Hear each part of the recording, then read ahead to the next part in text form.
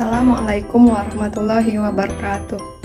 Perkenalkan, nama saya Lutfi Utami, mahasiswi IKIP Veteran Semarang, Program Studi Pendidikan Guru PAUD semester 2. Pada kesempatan kali ini, saya akan membahas tentang prinsip-prinsip perkembangan guna memenuhi tugas mata kuliah perkembangan anak usia dini yang diampu oleh Ibu Diah Kusbiantari, MSI.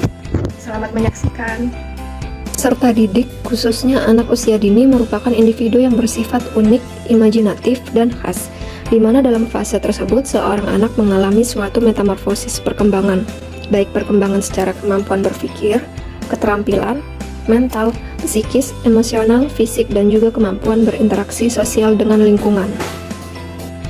Kemudian, bagaimana cara kita sebagai seorang pendidik untuk mengetahui dan mengoptimalkan perkembangan peserta didik tersebut, sehingga kita seharusnya mengetahui prinsip-prinsip perkembangan peserta didik. Prinsip perkembangan yang akan saya bahas di sini ada 10, yaitu 1. Prinsip perkembangan melibatkan perubahan. Prinsip 2, perkembangan awal lebih kritis daripada perkembangan selanjutnya. Prinsip 3, perkembangan merupakan hasil proses kematangan dan belajar. Prinsip 4, perkembangan mengikuti pola tertentu yang dapat diramalkan. Prinsip 5, pola perkembangan memiliki karakteristik tertentu. Prinsip 6, terdapat perbedaan individu dalam perkembangan. Prinsip 7, setiap periode perkembangan memiliki karakteristik khusus. 8, adanya harapan sosial pada setiap periode perkembangan. Prinsip 9, setiap perkembangan mengandung bahaya potensial atau resiko. Prinsip 10, kebahagiaan bervariasi pada berbagai periode perkembangan. Prinsip 1, perkembangan melibatkan perubahan. Berkembang berarti mengalami perubahan, baik secara kuantitatif maupun kualitatif. Perubahan secara kuantitatif disebut juga pertumbuhan.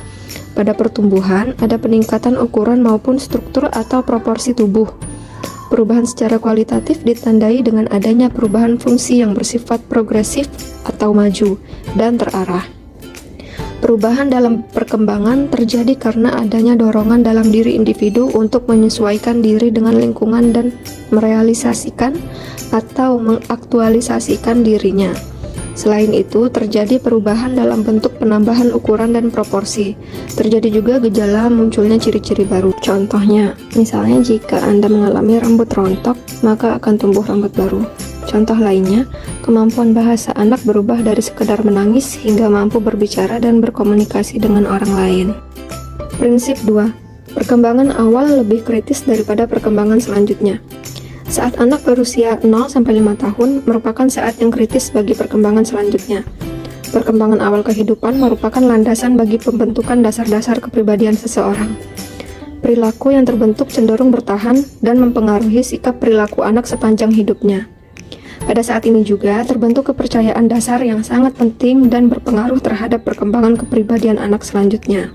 Beberapa kondisi yang mempengaruhi dasar awal perkembangan antara lain hubungan antar pribadi terutama dengan anggota keluarga, keadaan emosi yang terbentuk karena sikap menerima atau menolak dari orang tua atau anggota keluarga yang lain, cara atau pola pengasuhan anak, latar belakang keluarga, serta rangsangan yang diberikan. Contoh, anak mempunyai bakat yang baik, tapi karena hidup dalam lingkungan yang tidak menguntungkan, maka anak belum tentu bisa berkembang dengan baik. Selanjutnya, prinsip 3, perkembangan merupakan hasil proses kematangan dan belajar. Menurut teori konvergensi yang dikemukakan oleh Stern, perkembangan seseorang merupakan hasil proses kematangan dan belajar. Menurut teori naturalisme, perkembangan seseorang terutama ditentukan oleh faktor alam, bakat pembawaan, keturunan, termasuk di dalamnya kematangan seseorang. Sementara itu, teori empirisme berpendapat bahwa perkembangan seseorang terutama ditentukan oleh faktor lingkungan tempat anak itu berada dan tumbuh berkembang, termasuk di dalamnya lingkungan keluarga, sekolah, dan belajar anak. Kenyataannya, faktor pembawaan maupun lingkungan saling mempengaruhi dalam perkembangan seseorang. Kedua faktor tersebut dapat dibedakan tetapi tidak dapat dipisahkan dalam perkembangan seseorang. Contohnya, perkembangan bakat atau kemampuan seorang anak yang berbakat di bidang tari tidak akan optimal apabila tidak mendapat kesempatan belajar tari.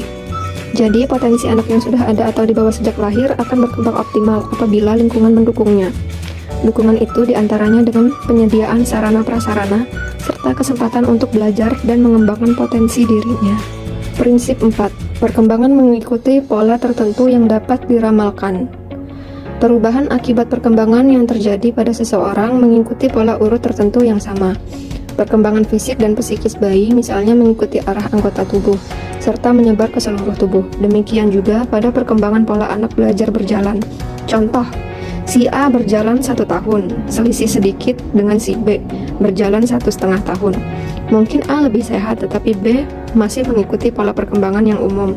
Sebagai konsekuensi dari prinsip ini ialah adanya pendidikan klasikal.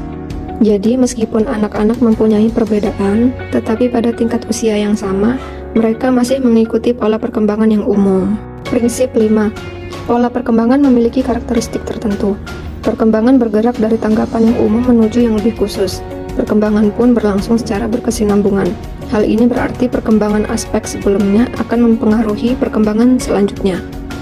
Demikian pula ada korelasi dalam perkembangan, artinya pada waktu perkembangan fisik berlangsung dengan cepat, maka terjadi pula perkembangan aspek-aspek lainnya. Kondisi yang mempengaruhi pola perkembangan ada yang bersifat permanen atau tetap, seperti sebelum dan saat kelahiran, tetapi ada pula yang bersifat temporer, seperti kondisi lingkungan.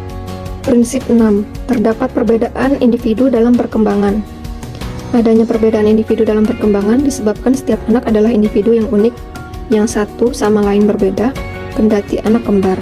Perbedaan individu ini disebabkan oleh faktor internal seperti jenis kelamin, faktor keturunan, juga faktor eksternal seperti faktor gizi, pengaruh sosial budaya, dan lain-lain.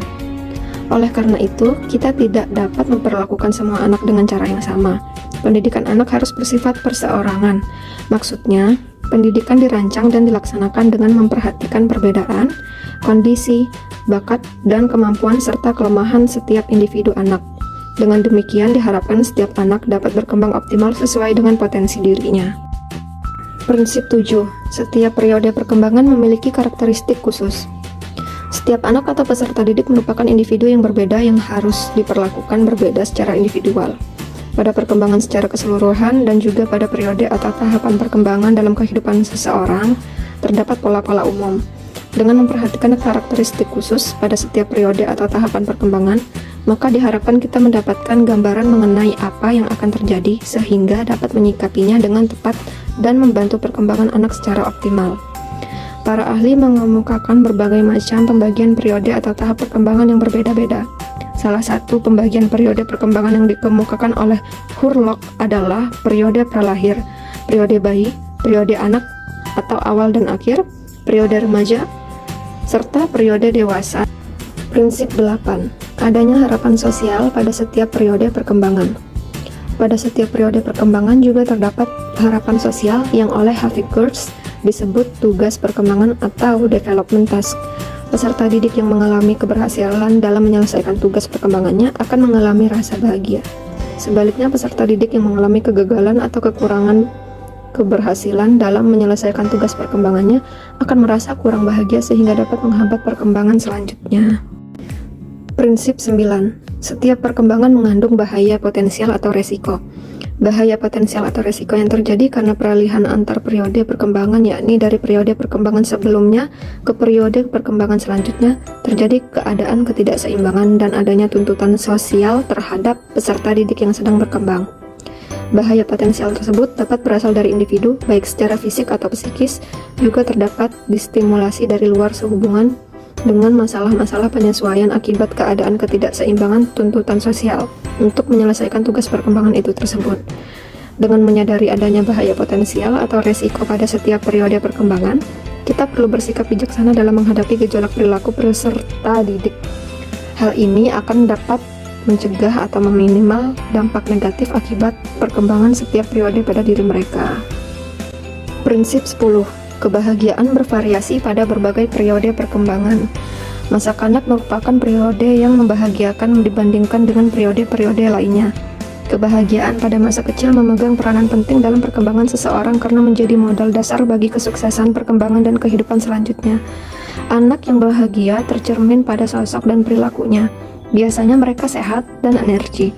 Oleh karena itu, pada masa perkembangan, guru maupun orang tua perlu membekali anak dengan motivasi yang kuat. menyalurkan energi anak pada kegiatan-kegiatan bermanfaat, melatih mereka menghadapi dan menerima keadaan ketidakseimbangan dan situasi sulit dengan lebih tenang dan tidak panik, serta mendorong mereka untuk membina hubungan sosial secara sehat. Demikianlah penjelasan saya tentang prinsip-prinsip perkembangan. Semoga bermanfaat. Ada lebih dan kurangnya saya minta maaf. Wassalamualaikum warahmatullahi wabarakatuh.